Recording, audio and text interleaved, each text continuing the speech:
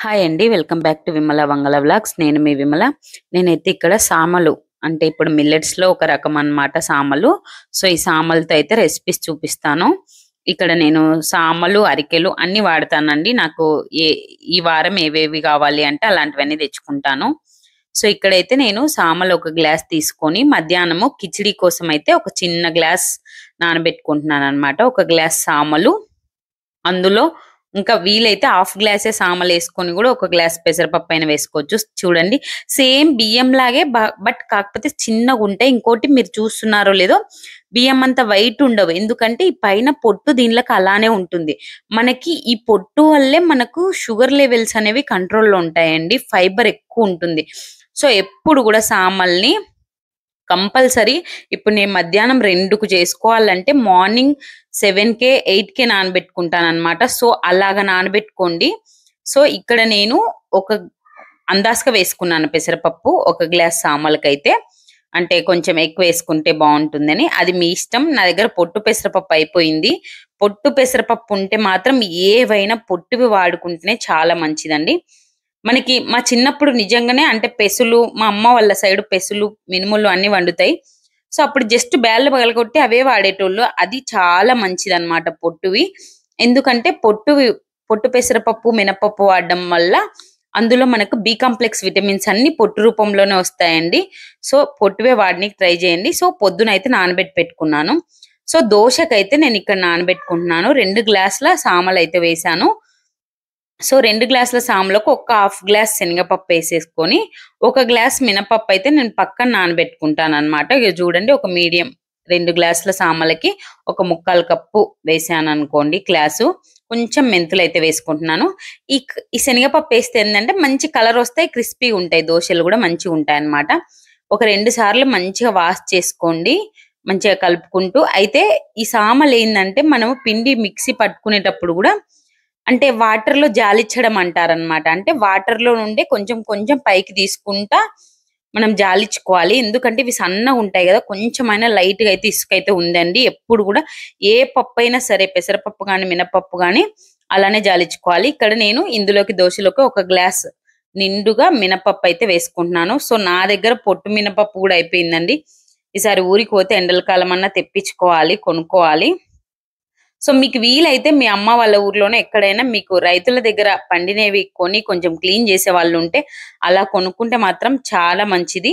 So, ఇక్కడైతే 2 కలిపేసి night mixie పట్టుకున్నాననమాట. మినపప్పు, సామలు, శనగపప్పు అన్నీ మంచిగా కలిపి మిక్సీ అయితే పట్టుకున్నాను. ఇంకా నేను ఇందులో అటుకులు గానీ, బొరుగులు గానీ ఏం వేయట్లేదు. మంచిగా క్రిస్పీగా వస్తాయండి దోసలు. ఆల్రెడీ మనం వాడుతున్నదే. సో, నైటు కొంచెం లాస్ట్ మీరు పడుకునేటప్పుడు పట్టండి. ఎందుకంటే ఇవి కొంచెం తొందరగానే ఎండల కాలం గదా! తొందరగానే ఫర్మెంట్ అయితుందనమాట పిండి. సో, నేనైతే దోస ఒక్కొక్కసారి అప్పటికప్పుడు వేసినా గూడా లేస్తాయన్నమాట. మా జోషి నాకు దోస కావాలంటే నేను అప్పటికప్పుడు పట్టిన పిండి అన్నమాట ఇది. డైరెక్ట్ వేసేసాను. మార్నింగ్‌కి ఇంకా మంచిగా టేస్ట్ అయితే ఉంటాయండి.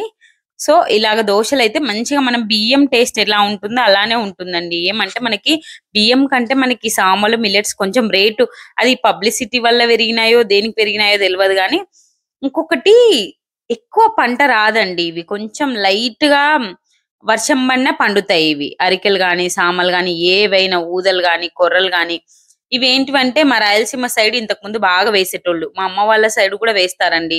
చూడండి అదే లేసొస్తుందన్నమాట. ఇది అప్పటికప్పుడు వేసిన దోస అయినా మంచిగా లేస్తుంది. మంచిగా బావుంటుందండి. సో, పిండి అయితే మాత్రం కొంచెం లేట్‌గా మీరు పడుకునేటప్పుడు మాత్రం లేట్‌గా పట్టుకోండి. అర్లీగా పట్టొద్దు. కొంచెం పులుపు ఎక్కువొస్తుంది తొందరగా. సో, ఇక్కడ మళ్ళీ నేను మార్నింగ్ నానబెట్టుకున్నాను గదా! కిచిడి కోసము.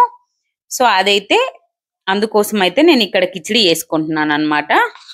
అయితే ఇక్కడ కిచిడి కోసం బటర్ అయితే వేస్తున్నాను. సో, మీరు బటర్ కావాలంటే బటర్ వేసుకోవచ్చు. లేకపోతే నెయ్యి వేసుకోవచ్చు. అంటే మనం కొంచెం హెల్తీగా తినాలంటే ఈ బటర్, నెయ్యి అయితే హెల్త్‌కి చాలా మంచిది. ఇంకా మీరు కొంచెం వాడే పాటైతే మీరే పల్లీలు పట్టించుకొని గానుగ నూనెలు వాడినా మంచిదే. ఏమంటే మనకి ఇంట్లో కాస్ట్ ఎక్కువ పెరిగిపోతదని మనం చూస్తూ చూస్తూ వాడలేము. బట్ కొన్ని కొన్ని రెసిపీస్‌కి ఇలా బటర్ అయితే వాడుకోవచ్చు. నేనైతే అమూల్ బటర్ ఏసానన్నమాట. అందులోనే కొంచెం జీలకర్ర వేసినాను. ఇక కూరగాయలు మీ ఇష్టమండి. మీకేవి అందుబాటులో ఉంటే ఆ కూరగాయలైతే కట్ చేసి పెట్టుకోండి.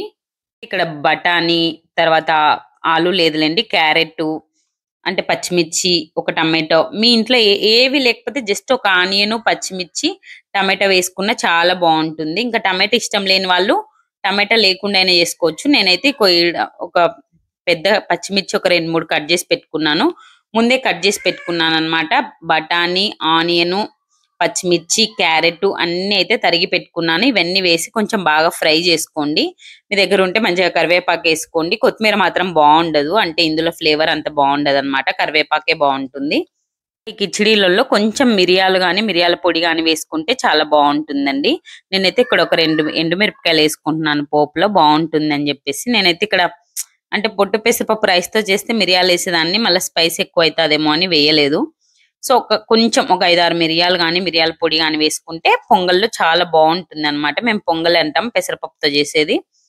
సో ఇక్కడైతే కొంచెం ఎందుకో నాకు మెంతాకు ఫ్లేవర్ ఇష్టము, అందుకోసం అయితే వేసుకుంటున్నాను. మీకు నచ్చకపోతే మాత్రం స్కిప్ చేసేసుకోండి, కూడా మీ ఇష్టం అండి. బట్ కానీ ఎప్పుడైనా సామలు, మిల్లెట్స్ ఏవి చేసుకున్నా మీరు కంపల్సరీ ఓపికతో 7, 8 గంటలన్నా నానబెట్టాలండి. 9 గంటలు నానితే ఇంకా చాలా మంచిది. సో మీరు మధ్యాహ్నం రెసిపీ చేసుకోవాలంటే ఫస్ట్ ఎర్లీ మార్నింగ్ లేస్తూనే నానబెట్టుకోండి. ఇంకా లేదు ఆఫీస్కి పోయే వాళ్ళైతే నైటే నానబెట్టుకొని పొద్దున రెసిపీ చేసుకోండి. కానీ నానబెట్టడం అనేది చాలా ఇంపార్టెంట్, ఇది మాత్రం గుర్తు పెట్టుకోండి. సో ఇక్కడ నేనైతే ఒక టమాటో వేసి మనకు రుచికి తగినంత సాల్ట్ అయితే వేసాను. ఇవి నానబెట్టడం వల్ల పైన మనకి పొర ఉంటుంది కదా, ఈ ఫైబర్ లో నుండి వాటర్ ఇంకి ఆ ధాన్యం నానేసరికి 9 గంటల సమయం అయితే కంపల్సరీ పడుతుందంట. సో మీకు ఎందుకు చాలా మంది వేడి అంటారంటే వాళ్ళు అన్ని గంటలు నానబెట్టిండారండి. కంపల్సరీ మీరు 9 గంటలు నానబెట్టుకొని తింటేనే దీనిలో యొక్క హెల్త్ బెనిఫిట్స్ అయితే మీకు హెల్త్ కి చాలా మంచిది. ఎట్టి పరిస్థితుల్లో మీరు నానబెట్టుకునే టైం ఉండి నానబెట్టుకోనే తినాలి అన్నమాట. ఇది మాత్రం కంపల్సరీ గుర్తుపెట్టుకోండి. కొంచెం ఓపిక తెచ్చుకొని నానబెట్టుకుంటేనే హెల్త్ కూడా చాలా మంచిది. లేదు ఇంకా మేము ఏం మిల్లెట్స్ తినలేము అనే వాళ్ళు ఇంకా రైస్ అనేది క్వాంటిటీ తగ్గించి కర్రీలు అయితే క్వాంటిటీ ఎక్కువ తినండి. బట్ మిల్లెట్స్ కూడా అలవాటు అయితే చాలా బాగుంటాయండి. ఫస్ట్ మనము తినము అంతే, పోనీ ఇంట్లో వాళ్ళకి రైస్ ఉన్నాయి. ఇదైతే సింగిల్ రెసిపీ, మీరు ఒక్కరైనా చేసుకొని తినొచ్చు. అంటే డైట్ చేయాలి అనుకున్న వాళ్ళకి కూడా ఇది బెస్ట్ రెసిపీ అన్నమాట. మీరు కావాలంటే గమనించి చూడండి. రైస్ తినడానికి ఈ మిల్లెట్స్ తినడానికి చాలా తేడా. మిల్లెట్స్ తిన్నాక తొందరగా అస్సలు ఆకలేదన్నమాట. ఇంకోటి మనం ఈ వాటర్ లో నుండి ఫస్ట్ ఇది కొంచెం ఈ పెసరపప్పు, ఈ సామలు ఇవి నానబెట్టినాం కదా, ఇవి కొంచెం వేసుకొని ఆ గిన్నెలో నుండి వాటర్ అలాగే ఉంచి పైనుండి ధాన్యం తీసి వేసుకోవాలి. ఎందుకంటే ఇవి సామలు చాలా చిన్నగా ఉంటాయి కదా, లైట్ లా లాస్ట్ లో అడుగున కొంచెం ఇసుక లైట్ గా ఉంటుంది. సో అలా సామలు తీసి మళ్ళీ ఫ్రెష్ వాటర్ అయితే పోసుకున్నాను అనమాట నేను. ఇవి కంపల్సరీ 8, 9 గంటలు నానబెట్టడం అయితే చాలా ఇంపార్టెంట్, ఇది మాత్రం గుర్తుపెట్టుకోండి. నేను ఈ కిచిడీకి 5, 6 గ్లాసుల వాటర్ అయితే పోసాను. 1 గ్లాసు సామలకి, 1/2 గ్లాస్ పెసరపప్పుకి. సో మీరు నాకైతే కొంచెం ఈ కిచిడి అనేది కొంచెం లూజ్ ఉంటేనే బాగుంటుంది, అట్లనే నాకు ఇష్టం అన్నమాట. లేదు మీరు గట్టిగా చేసుకోవాలంటే 1కి 4 పోసుకోండి, గట్టిగా వచ్చేస్తుంది. బట్ ఈ ఎండల కాలం కొంచెం ఫుడ్ లూజ్గా ఉంటే మంచిగా ఈజీగా తినడానికి కూడా బాగుంటుందండి. కుక్కర్ పెట్టేసి మంచిగా ఒక 2, 3 విజిల్స్ అయితే రానిసుకోండి. నేనైతే వాటర్ ఎక్కువ పోసాను కదా, కొంచెం సాల్ట్ చెక్ చేసి లైట్ గా సాల్ట్ అయితే వేసుకున్నాను. సో ఇక్కడైతే కుక్కర్ పెట్టుకుంటున్నాను అనమాట. కుక్కర్ పెట్టుకొని విజిల్స్ ఒక 3 విజిల్స్ మీడియం ఫ్లేమ్ లో రానిస్తే మంచిగా కిచిడి అయితే తయారైపోతుంది.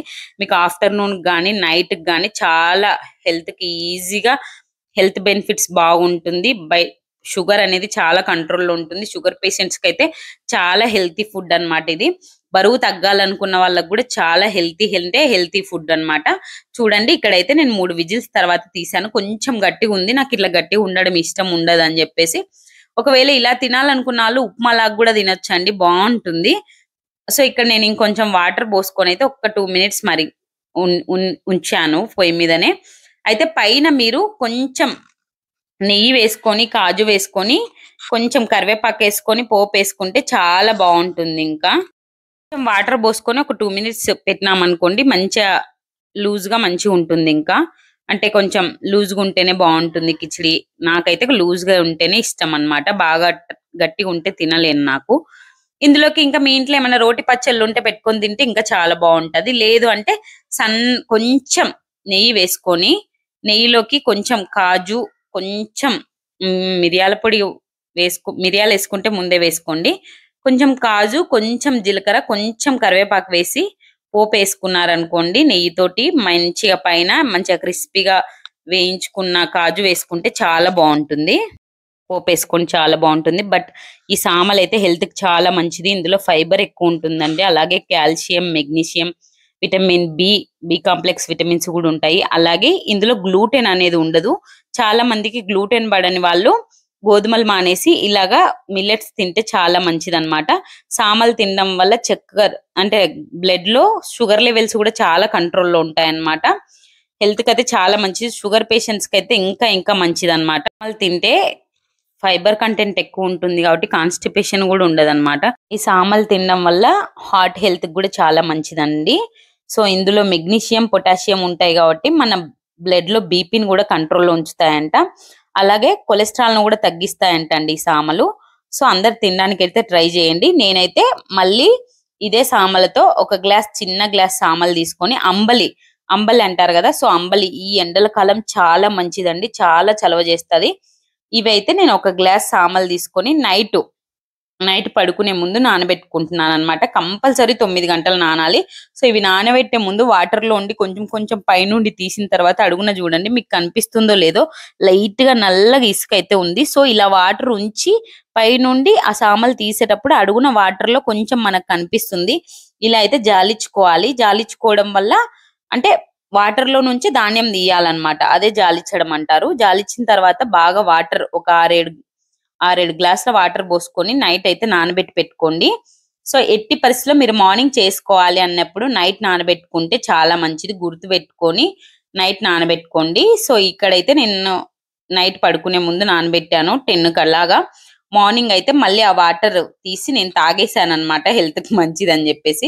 సో ఆ వాటర్ పులుపు ఎక్కింటాయి కదా కొంచెం, అవి తీసేసి ఇక్కడైతే మళ్ళీ నేను ఫ్రెష్ గా ఒక 8 గ్లాసులు 9 గ్లాసుల వాటర్ అయితే పోసుకున్నానండి. ఎందుకంటే ఇది అంబల్లాగా అంటే చాలా పల్చగా ఉండాలండి.